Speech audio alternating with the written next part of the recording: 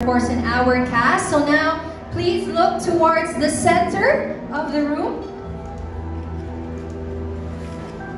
Thank you so much. Ngayon naman po, towards the left side of the room for the benefit of those over here.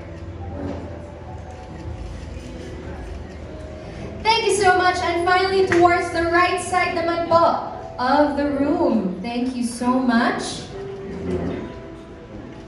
We'll have another group photo, so yung mga hindi pa happy sa mga shot. Hindi na paniniwala niya sa ng Viva, nila Boss Vic sa inyo, Jerome, and the rest of the cast. Yeah, Jerome, yeah, let's start with you.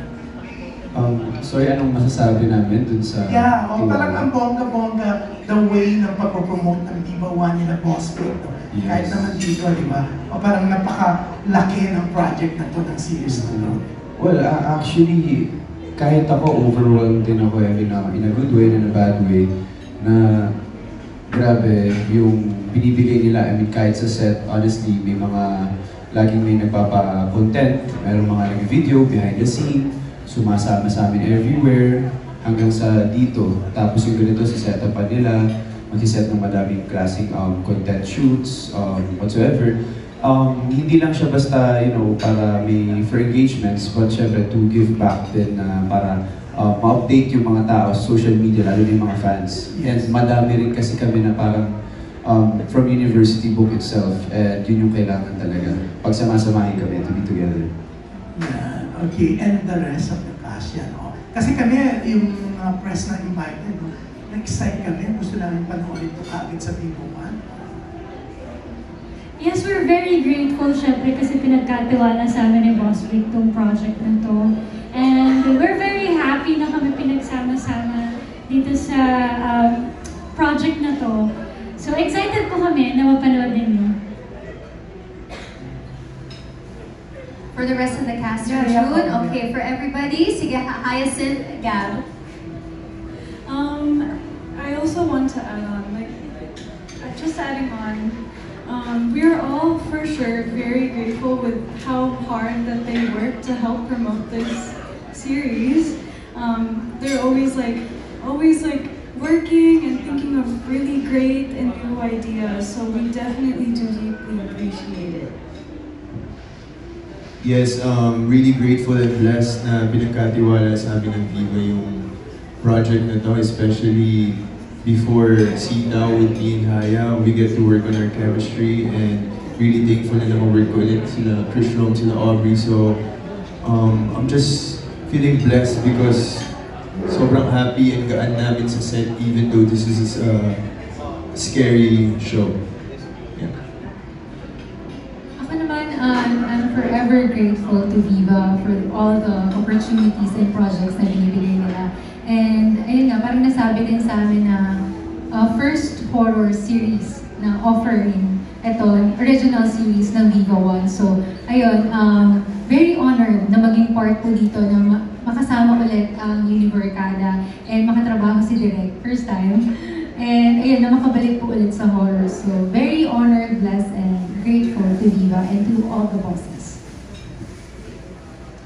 Ako naman, on a personal note, bilang first time ko lang sila makasama. Of course, I also want to mention thankful din ako sa Viva, and of course kay Direk for giving me this opportunity. But I also want to say, I want to thank the cast for welcoming me with open arms. Kasi without you, siguro, or dahil sa inyo, mas na-portray ko yung role ko as your best friend, ng mas maayos at mas makikita nyo yung pagiging close namin sa series na ito. So, thank you guys. Ayun. Actually, that's the main thing I want to say besides yung mga, thank you. Maraming salamat Viva, maraming salamat Direk. Maraming salamat sa mga fans sa inyong suporta. Especially sa mga bagong fans na nag-follow sa akin. Sa Chris Rome. So, maraming salamat din sa inyo. Ayun, thank you. Alright, let's hear from Felix and Rose, and then Danny. Okay. I'm happy na makasama sa project na to, and I'm very excited to work with Direk Ronnie after nung successful na movie niya na Marita. Gusto ko na siya makatrabaho na horror, of course. And yun, ang saya sa feeling na makasama. Sobrang nakakatingin sa pakiramdam na makasama tong cast na to. And yun, excited ako for this project, kaya sana po masuportahan niyo po. Thank you. Ako naman, I'm very excited and happy to be part of this big project by Viva. At maraming salamat, Boss Vic. Thank you, Felix and Danny! Anong pakiramdam mo that you're in Sem Break? Ano po ako, medyo natakot kasi yung fake blood po.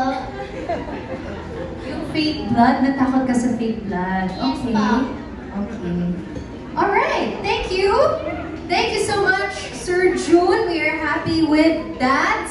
Next naman, let us hear from Ambanagos from Marites University. Over there sa ating Hello balcony. po. Good afternoon. Gusto namin i-assume na karamihan sa inyo, maliban doon sa bagets, ay nakakaranas ng Sem Break, no? Kasi mga naging students din. Ano yung mga personal ninyong input while doing the series? Na basi soror to, paano nyo na-relate yung mga experiences niyo nung nag-Sem Break din kayo? Hindi siya sa possessions, exorcisms, pwede ka naman sabihin ng direct, sorry. Yan. Okay mo sa pa. Thank you. Jerome, ikaw. Experience-wise, so far sa nakita kasi nilang lahat sa teaser, right? Correct? Teaser is a road trip. Talagang road trip siya, magkakasama mga barkada. For me, yun yung parang na-experience ko na usually kami magkakaibigan, lagi kami pupunta somewhere, andyan yung mga takutan, lalo na paggabi, masaya, mga papuntang Tagaytay, mahabang bus trip. Nag-bus pa ako nung before, papuntang Baguio. Puro asaran yan, puro nakakatakot. Halika, ganyan, puntahan natin to, yung mga ganyan-ganyan. Totoo yun, ginagawa namin, pero ako kasi yung tipo ng tao na hindi ko siya pinapasok lagi sa isip ko para hindi ako matakot. Unless pag ako na lang talaga mag-isa. And dito na-experience ko ulit yung ganung feeling kasi lahat kami dito magbabarkada talaga. Tapos kanya-kanya kaming pinagdadaanan sa buhay, nawawala yun. Kasi pag Sem Break, yun talaga gagawin mo eh. Kaya nga, yung Sem, i-break mo para mawala ka dun sa mga emotion na dala-dala mo dun, mga stress. Yun yung experience mo. Okay, thank you. Who else has some? Yes, Hyacinth. I don't have much of a deep answer, but I guess I would just say it's pretty similar. I would just take in a lot of the experiences that I've personally had as well in my life and apply that, or even just little moments like when I'm alone and it's nighttime and I get scared and I just try to think of that emotion but like heighten, while also like analyzing and studying a lot of other actors as they're doing scenes, the same scenes that we do or similar. Yeah, for me, it definitely brought back old memories nung, like what Jerome said, pag nag-road trip yung mga barkada, and it's a nice feeling na maramdaman yun ulit kahit sa set lang. And of course, yung mga horror, never naman ako naka-experience, pero it's really cool to be part of this horror series na makikita mo yung mga possessed na tao. And gusto ko niyong abangan yan kasi nakakatakot po talaga. Sa akin naman po, nung nagsuschool ako, tapos Sem Break, mas madalas kasama ko yung family ko kaysa sa friends. So, pag family ko naman, road trip kami, wala naman kaming gano'n na experience. Honestly, wala kaming experience na horror, kasi hindi rin namin iniisip. Pero yun, because of this series, na-experience ko na mag-road trip, na para mag-student ulit, kasama sila. And dito ko na-experience na yung challenge, yung adventure, yung mga fun activities with barkada na may consequence para sa huli. Ayun, same experience din. I'm still in college right now, so syempre na-experience pa rin namin yung Sem Break. Sa mga ganong moments, ganun din, kasama ko yung mga barkada ko, nagsa-sponty trip kami, ganun din, Batangas, Baguio, Tagaytay, just like Jerome said. In comparison to the series, very relatable. Kasi yung mga ginagawa namin friends, ganun din, sponty trips. Tapos ginagawa namin, we're eating together as friends, hanging out, bonding. But yung pinaka-highlight ng mga trip is yung mga thrilling moments. Tulad for example, gabing-gabi na, it's 2 a.m., 3 a.m.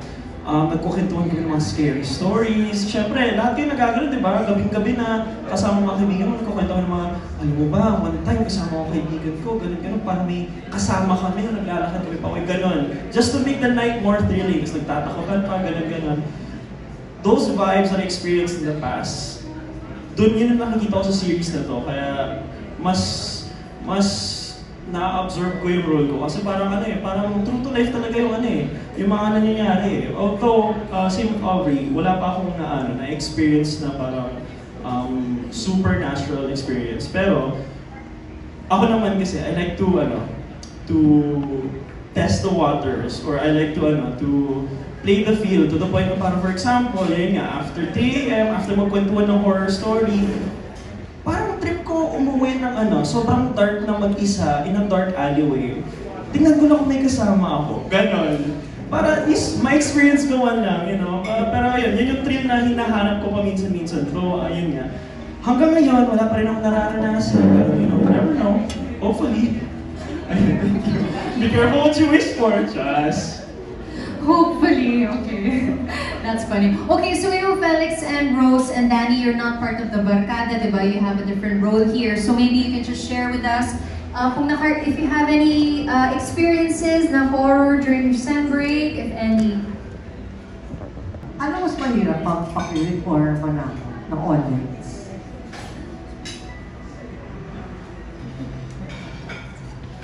Ayos yung question.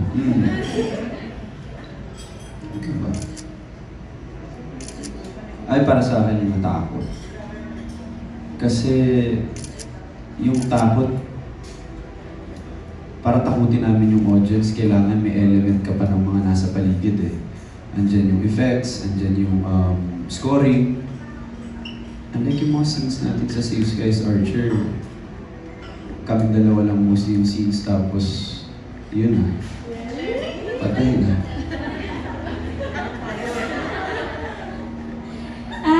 Mas madali po kasi, hindi naman namin talaga magpakilig. Kayo lang yung binikilig ko siya.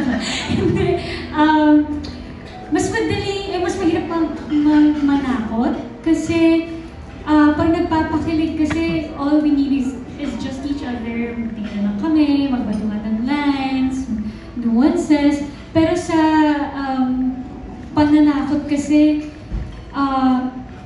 kailangan feel mo na totoo yung multong nakikita mo or sometimes camera lang yung nakikita mo pero wala ka talaga nakikita so you have to act it out. Wala dun yung ka-eksena mo kasi multo nga siya. Ganun. So, mas maraming work na kailangan gawin para manakot. Ganun.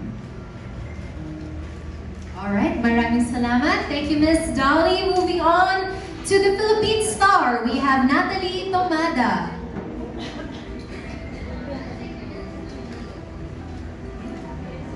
My question is for Direk. What can you say kung ano yung difference ng series na to? What will make this different from other horror series in terms of storytelling, characters? So, this one, kagaya po ng mga nagawa ko in the past, ito medyo grounded din siya sa paniniwalang Pinoy. Kasi tayong mga Pilipino naniniwala tayo na pag pumupunta tayo sa mga lugar, minsan o madalas may na-attract tayong hindi natin nakikita at nasasama natin hanggang sa pag-uwi natin. So yun yung in-explore namin dito sa Sem Break. Yung kaibahan po dito, nag-add po kami ng syempre nag-add tayo ng romance. And it's a barkada movie. So kung titignan po natin yung ratio niya, nasa 70 yung pananakot, 30 kilig and all other emotions na po yun. So yun po yung gusto natin ipakita dito sa Sem Break para actually it's our way din para pasalamatan yung mga fans ng Viva One sa patuloy na pagsuporta sa amin simula sa Red Espanya, Save Skies Archer. So ito parang medyo fan service din namin ito para sa kanila. So, malaking tulong yung kilig para din ma-retain natin yung ating audience. At the same time, gusto po namin makahikayat ng more audience sa Viva One. Marami na sila mapapanood sa Viva One. May Road Killers, kung gusto nila na medyo intense action or thrilling na series. May Kilig for during the Hispania SSA. Then may horror na rin. So soon, mas marami pa tayong mapapanood sa platform na Viva One. So yung tamang genre nito, horror, romance. Yes po. Thank you. Okay. Thank you so much, Miss Natalie. Ngayon naman po from Freebie Manila, we have Jimpy Anarcon right here in front. Hello po, good morning. Ay, good afternoon. For Krisha and Jerome, sorry, isa lang kasi, no? Okay. And then, ano yun? Parang sad na sila magtanong. Sorry parang po. mas naging straight. Okay lang. And then, baka meron kayong masishare na behind the scene kwento na nangyari sa inyo in particular habang sinushoot yung Sandbreak na mas, kumbaga nagpa-develop ng kung ano mang meron sa inyo, friendship or anong relationship ka. Hindi ako makakapagsalita. Last kasi na press con, na-overshare ako, napagalitan tuloy ako. So, BTS moment lang naman. BTS moment? Ano bang mga BTS moment natin?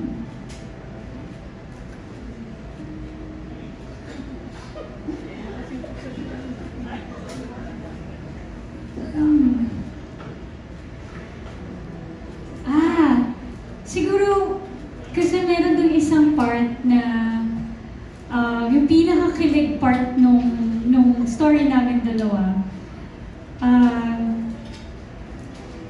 Kailangan naming mag-usap about something na problema namin, pero so maraming, pwede kong i-spoil ng konti, may slow dance kami doon, so parang nakakilig siya. Kasi it's very romantic, tapos ang ganda nung ano namin, nung set, may mga flowers, like parang talagang may date, gano'n. So it's very kilig moment, BTS moment.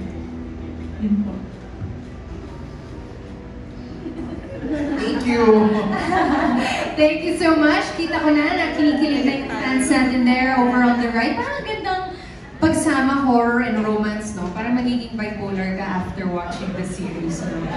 Okay, next up, we have from Tempo, Neil Ramos. Ayan. Salamat, Phoebe. Good afternoon. Para po sa Rose, magandang hapon po. Good afternoon. Saan po kayo? Thank you po, malapit sa stairs. Okay. Anyway, it's been a while since we actually seen you sa Viva Max project. And it was a surprise to see you sa somewhat mainstream na series. And director, tingin na po tayo towards the center of the room, of course, for our official photographer and to those joining us live streaming. Maraming salamat po.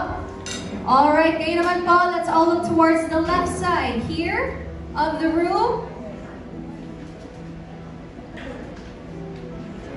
Good stuff. And finally, towards the right naman po, sa inyong mga fans, maraming salamat sa pagpunta at sa patuloy na pagsuporta. Guys, let me just give you a few reminders, of course. Siyempre po, May 10 na yan, and of course, for constantly supporting Viva One. Now, on its second year, we have more than 2 million subscribers na. Kaya maraming salamat. And of course,